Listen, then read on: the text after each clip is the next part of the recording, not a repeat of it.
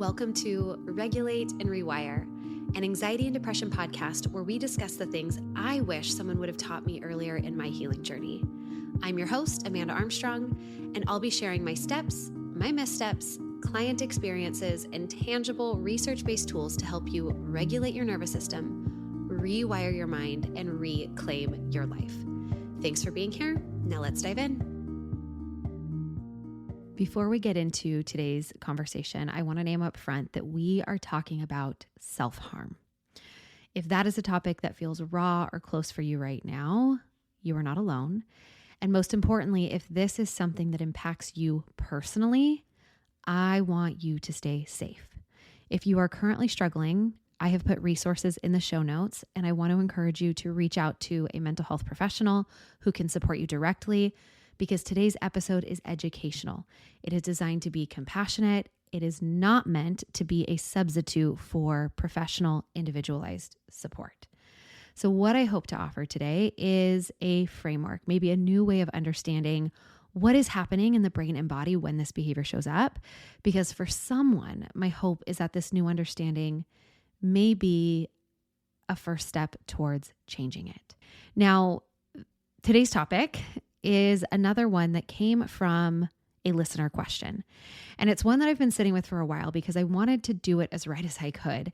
So this listener wrote in, quote, "Would you mind covering self-harm or other dysfunctional regulation attempts from a nervous system perspective?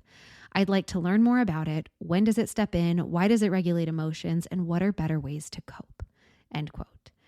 So first off, I love the way that they ask this question and the lens that they are already applying to it. They call it a regulation attempt, which is accurate. And I think it already takes some of the taboo off of the topic.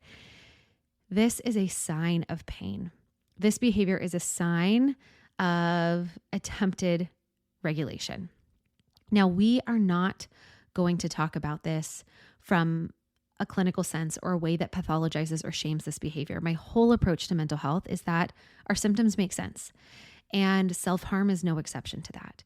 I think when we understand what the nervous system is actually doing with this behavior, it stops being something that's so terrifying and so confusing and can be something a little more tangible to work with.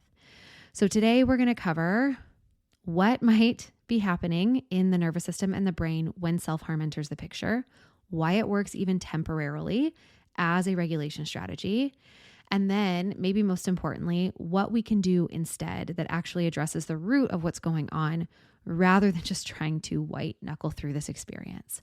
So there's a lot of ground to cover, and I know this is a really heavy topic. So please, please, please opt out of this conversation if you need to. Come back to it, maybe listen in smaller chunks, whatever you need to do. Now let's jump right into some of the common assumptions about self-harm. First is that the person is attention-seeking. Other assumptions might be that they are broken or damaged or beyond help. Assumptions generally focus on misinterpreting the behavior as manipulative, suicidal, or a quote phase, rather than understanding it as a complex, often private coping mechanism for overwhelming emotional pain. So it is a behavior, a coping behavior, and more specifically, it is an attempt at nervous system regulation that happens to come at a very high cost. This is the through line of just about every single thing that I teach. Your nervous system is always trying to solve a problem, to seek out a sense of safety or control. It is always doing its best with what it has in the body that it's in, given the experiences that you've lived through, the circumstances and resources that you currently have. When the regulation tools available to somebody are not sufficient for the level of distress that they are in, the nervous system is going to find another way. And sometimes for some people, that way is self-harm. Now, throughout this conversation, I want to be careful and clear. I am not saying that self-harm is okay or that we shouldn't work to change it. Of course, we want to do that. That goes without saying. But understanding that it is a response to dysregulation, not some pathological personality defect, changes how we approach it. And it changes how the person experiencing it may feel about themselves. Shame is the biggest barrier to change. And when we can hold something this tender with curiosity instead of judgment, we pull a plug on that shame. And that is when real healing becomes more possible. Now, the research really backs up this notion that self-harm is an attempt to regulate.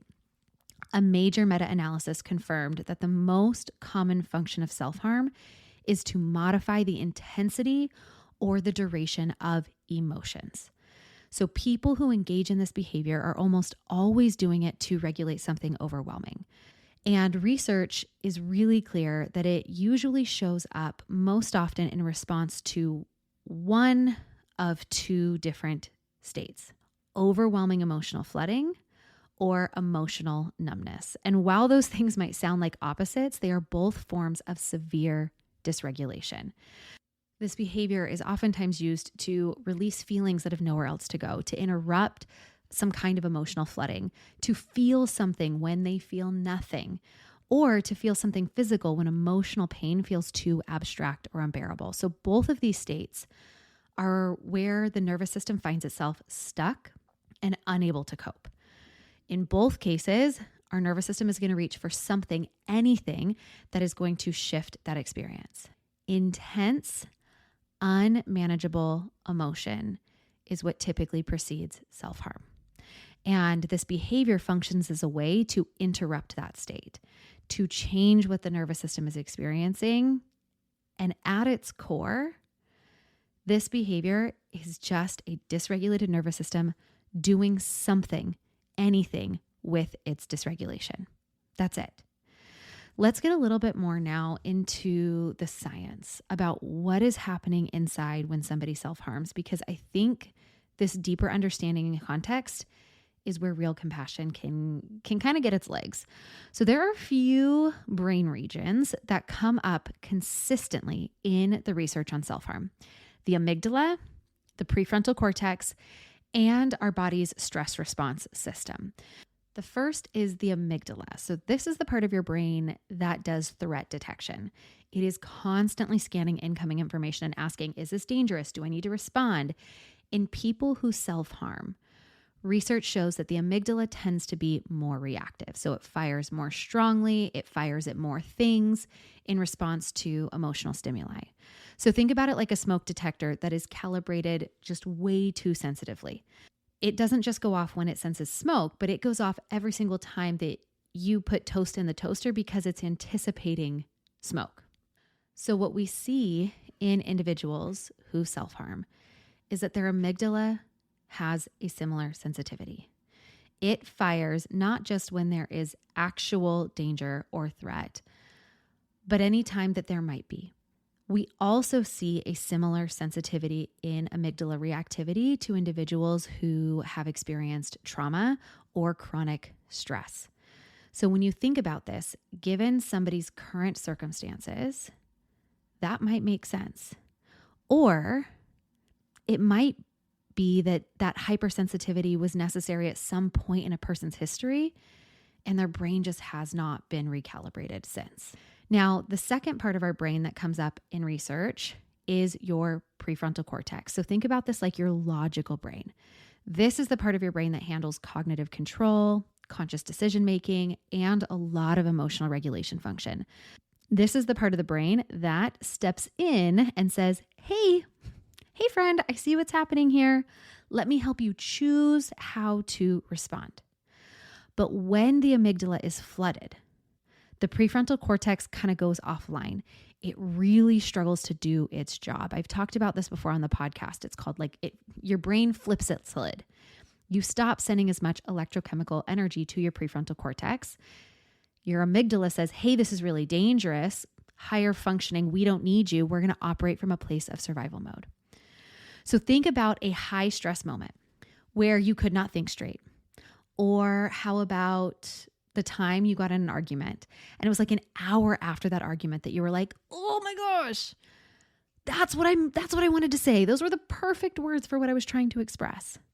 When our threat response is that activated, that higher order logical thinking, it gets sidelined. So you literally cannot reason your way out of a body, of a nervous system, of a brain that senses crisis. Now, the third piece of this is our body's stress response system, specifically something called the HPA axis. And this governs cortisol and our physiological response to threat. So research shows that some people with a history of self-harm, they have a blunted cortisol response to new stressors. So why does that happen and what does that mean? Most people don't just come this way. This happens when somebody has carried too much unprocessed stress or trauma for too long. Essentially, what happens is that the body has been in a state of high alert for so long that it's shifted its baseline. So essentially, when the stress response system has been blunted from chronic overload, our nervous system loses some of its natural ability to signal, process, and recover from stress on its own. The built-in mechanism that is supposed to help your body regulate, to help your body move through being stressed and then come back to a baseline, it's not working the way that it should. And so the nervous system then goes looking for something external to do that job, to help that process. And for some people, self-harm becomes that something external. And that something for somebody else could be any other number of dysfunctional regulation attempts, things like restrictive eating or purging, substance use, compulsive overexercising, reckless behavior. So while I am highlighting self-harm in today's conversation, a lot of the research shows similar things happening behind the scenes for many of these other behaviors as well. Another thing that can happen when we've been stuck in a heightened sympathetic nervous system state, aka activation, anxiety, fight or flight for a prolonged period of time, is something called elevated electrodermal activity. Stick with me for a minute. I know that these words take us deep into a science rabbit hole. So electrodermal activity is essentially a readout of how activated that branch of your nervous system is, because sweat gland activity is directly controlled by our sympathetic nervous system. So more activation, more conduits, higher readings. And a 2025 study published in Natural Mental Health found that young people with a history of self-harm show heightened electrodermal activity. And this heightened reactivity seems to be a factor in the transition from thinking about self-harm to actually engaging in it. And so when we put a lot of this research together, what you get is a nervous system that is easily flooded, has fewer internal breaks available in those moments of dysregulation, finds physical sensation to be a reliable regulatory shortcut, and has learned through repetition, through experience, through cognitive exposure to reach for that shortcut. That is the full picture. What the science is telling us is that most often self-harm is not attention-seeking. It is not manipulation. It is not a personality defect. It is a dysregulated nervous system reaching for a regulatory strategy, a harmful one, one that we want to move away from, but a regulation attempt nonetheless. So coming back to this listener's question, this message to me, one of the things that they asked was, why does it regulate emotions? And I just gave you some of the neuroscience, but I want to make it even more practical. This feels uncomfortable to name out loud, but self-harm works. It works in the short term. And that is why it can be so hard for somebody to move away from it. So we're going to spend the next few minutes talking about why and how it works. First, the pain acts as an interruption to the internal experience that feels uncontrollable. So pain is a really powerful physiological signal that demands our system's full attention.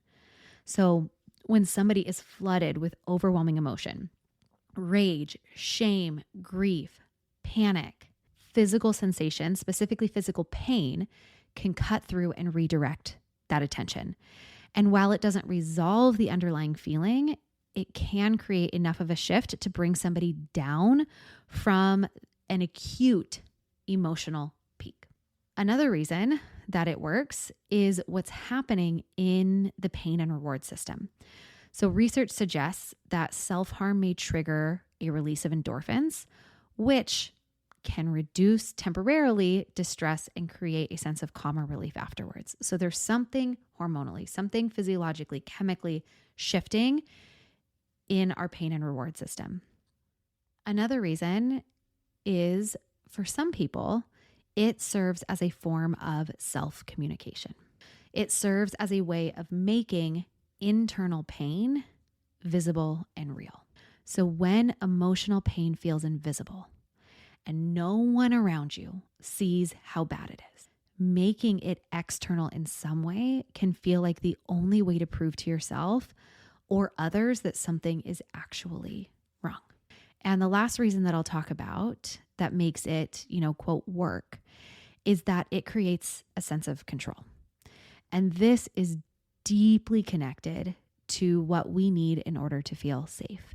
So I talk a lot about the 3 C's of safety, the 3 things our brain and our nervous system source for to determine safety or threat. And those are context, choice, and connection. When somebody is overwhelmed and feeling like nothing is within their control, self-harm can feel like an assertion of agency. I choose this. I have control over at least this one thing. And that sense of choice, even when it comes through harmful means, can be regulating.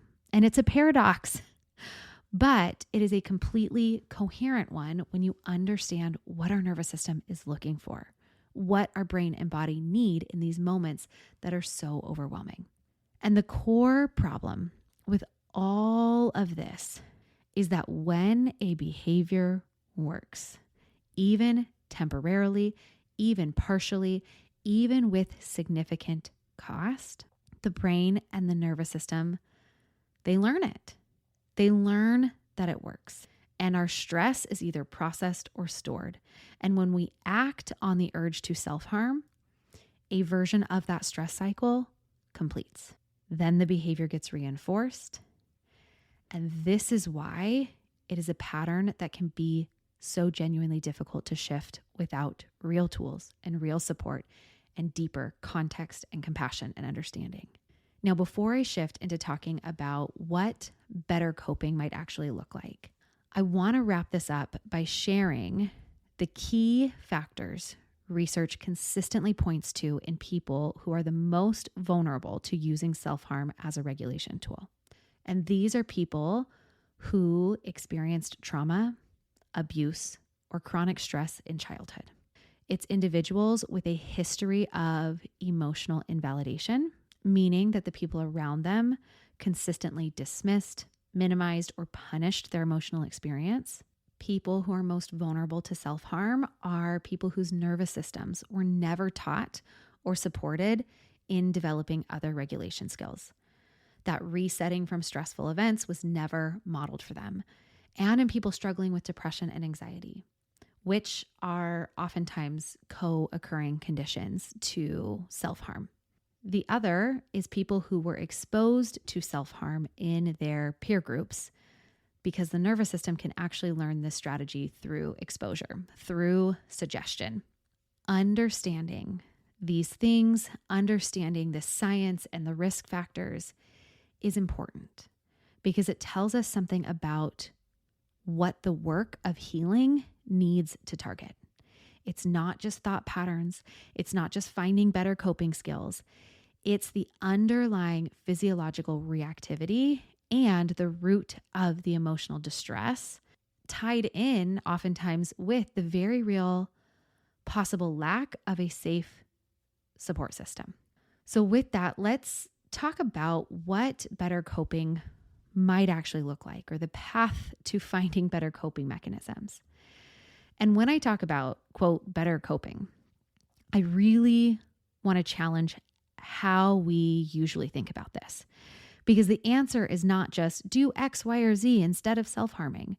That approach treats self-harm as a bad habit that needs to be swapped out. And I think it completely misses the underlying dysregulation that makes this behavior necessary or why somebody turned to it in the first place. Genuine alternatives to self-harm, at least at the beginning, they have to do the same job. They have to provide a discharge for nervous system activation. They have to interrupt a flooded or dissociated state.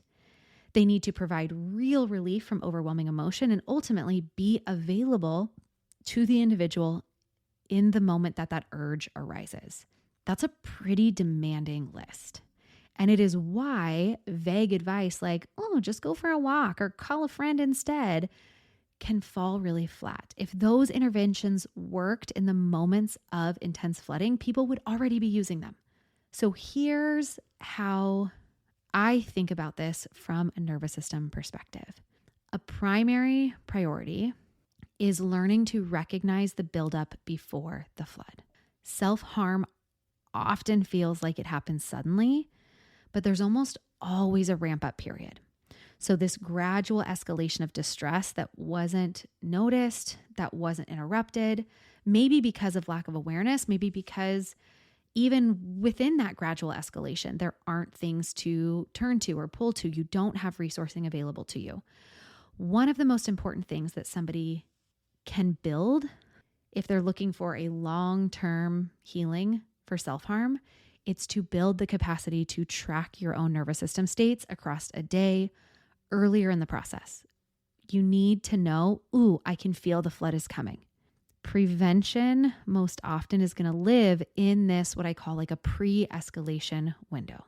And when you have awareness for that pre-escalation window, can you start to experiment with, can you start to learn or use other regulation tools while your nervous system is still in a more workable place?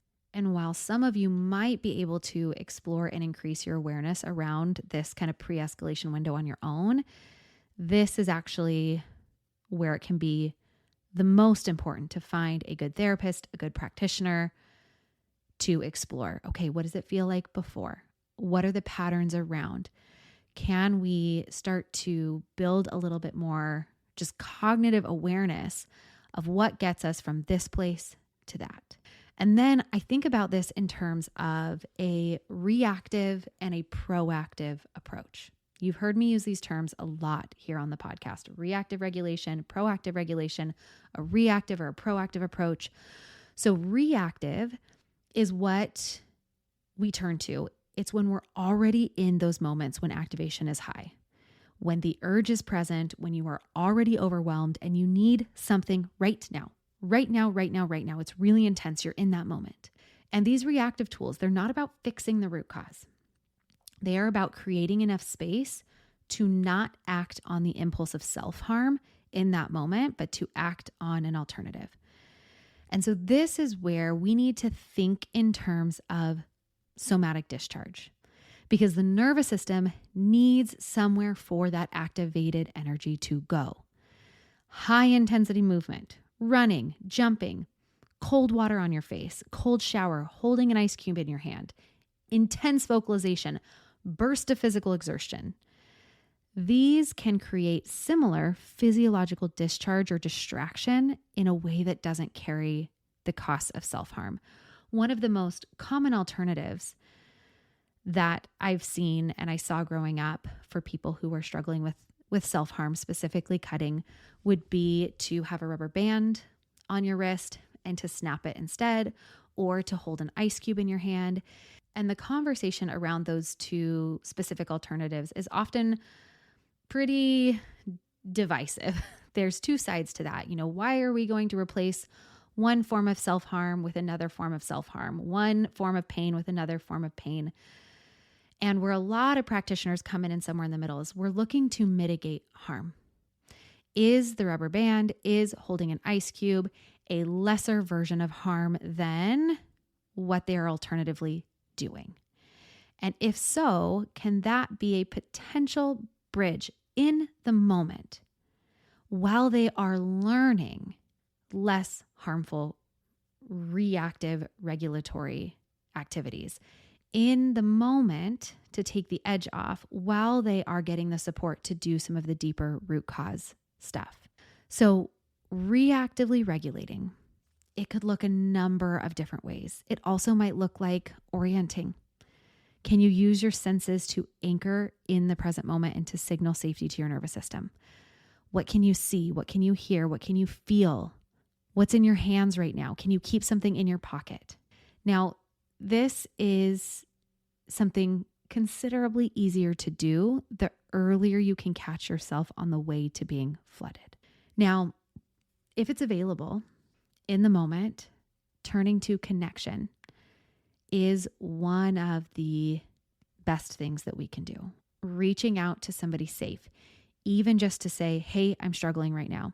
I don't want to talk about it. I just need you to know I'm struggling. You can even say that to a pet. Maybe you even voice it into your own voice memo.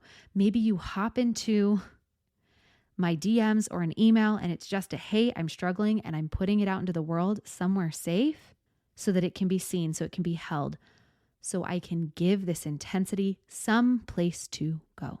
Co-regulation is one of the most powerful tools that we have. A present, attuned person, pet, resource can genuinely help your nervous system borrow from theirs when yours is spiraling or when yours is offline.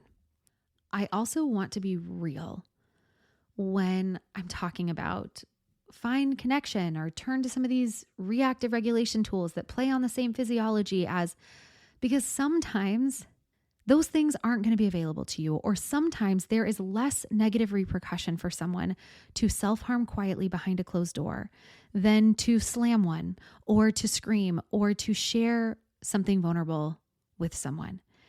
I had a friend growing up who I eventually found out was self-harming.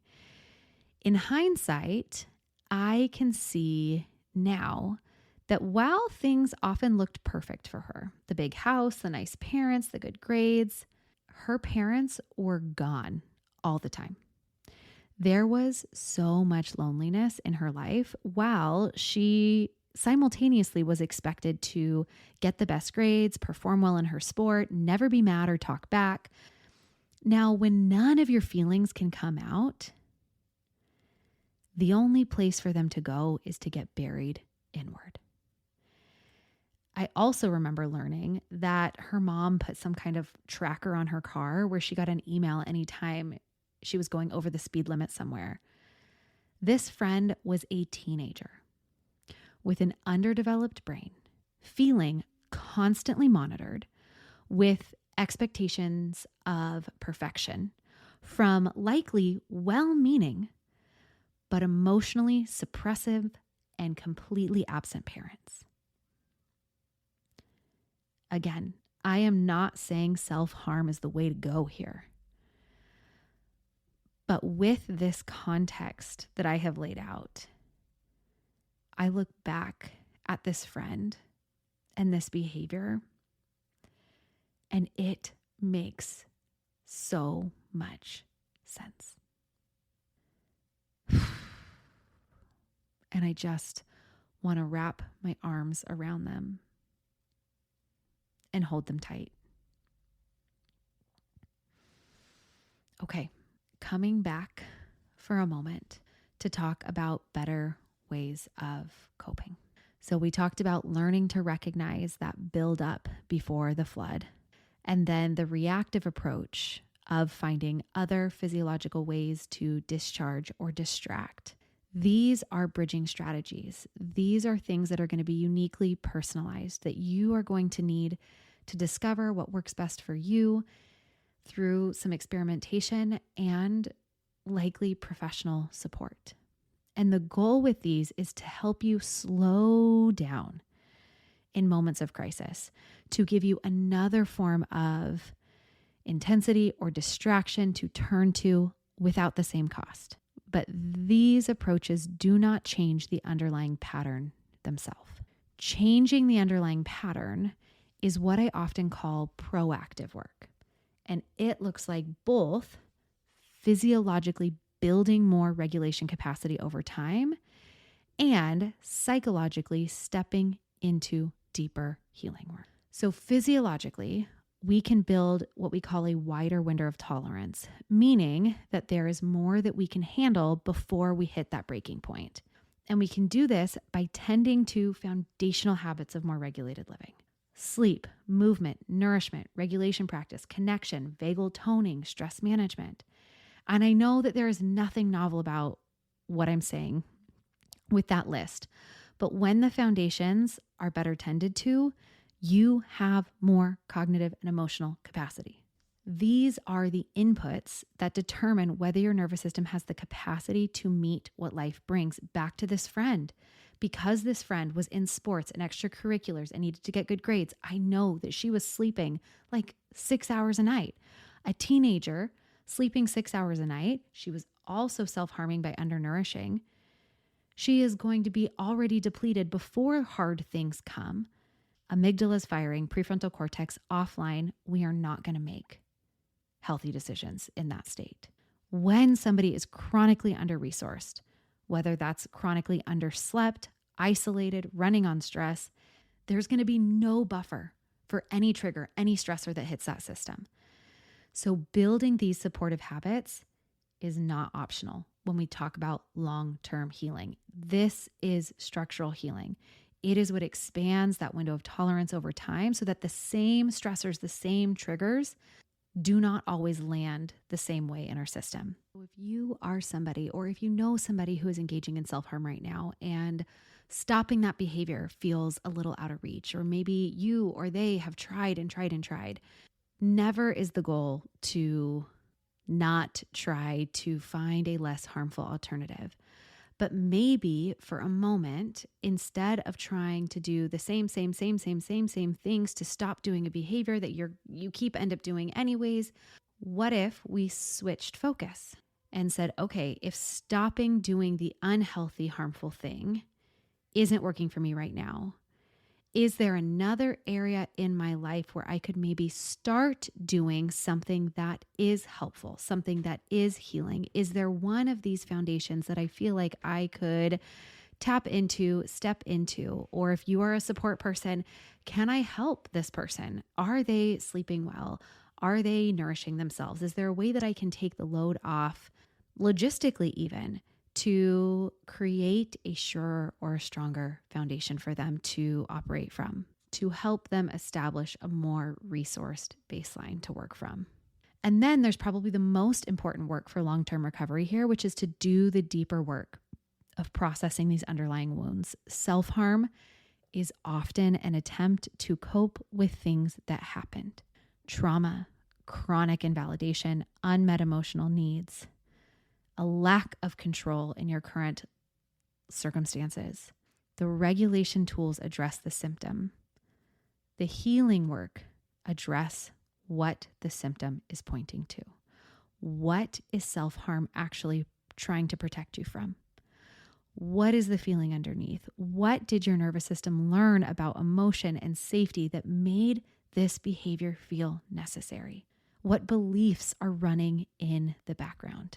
And this is the work that often involves a therapist, somebody trained in somatic approaches, trauma processing, parts work, DBT, EMDR. There are a number of different approaches to deep healing because different approaches resonate differently. They work differently for different people. These all have strong evidence-based, specifically around self-harm. Now, before I let you go today, I want to speak directly to anyone listening who has been in this place or is in this place right now. You are not broken. Your nervous system is not broken. It simply found a strategy that worked. Not a good strategy, not a safe strategy, but a strategy that made sense given what it was working with. And strategies can change. Sometimes they need to change. New tools can be built. Your window of tolerance can expand. I have seen it happen. I believe it is possible, and there is hope. There is healing. And if you are someone who knows someone who is struggling, a friend, a student, your own child, maybe there's a little more context or understanding from today's conversation that can help you step towards supporting them in a new way. All right. Our 3 takeaways from today. Number 1, self-harm is a nervous system regulation attempt. This research, it consistently shows that this is a function to interrupt emotional flooding, to discharge activation, to make invisible pain visible. When we understand this, it is not a permission to continue this behavior, but I believe that it is a foundation for approaching it and healing it without shame. Number 2, the nervous system underneath self-harm is physiologically dysregulated. This is not just about psychological thought patterns.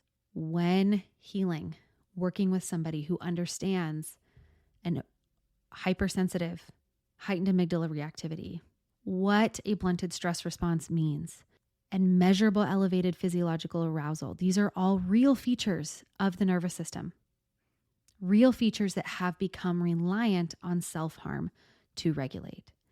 So this means that healing has to target the nervous system itself, not just thoughts or beliefs or behaviors in isolation. We've got to find deeper resourcing, deeper ways to regulate and access a felt sense of safety. Those 3 C's: context, choice, connection. Takeaway number 3, effective alternatives work, at least initially, because they do the same jobs. The goal is to build discharge pathways, to widen your window of tolerance, and to create enough baseline regulation that your nervous system has a moment of real alternative options. Finding those, discovering those, working with those take time, practice, and often professional support. I believe healing is genuinely possible. If you have follow-up questions to this conversation, if you have anything you'd like to share, my inbox is always, always open. And until next week, friends, I am sending hope and healing your way. Thanks for listening to another episode of the Regulate and Rewire podcast. If you enjoyed what you heard today, please subscribe and leave a 5-star review to help us get these powerful tools out to even more people who need them.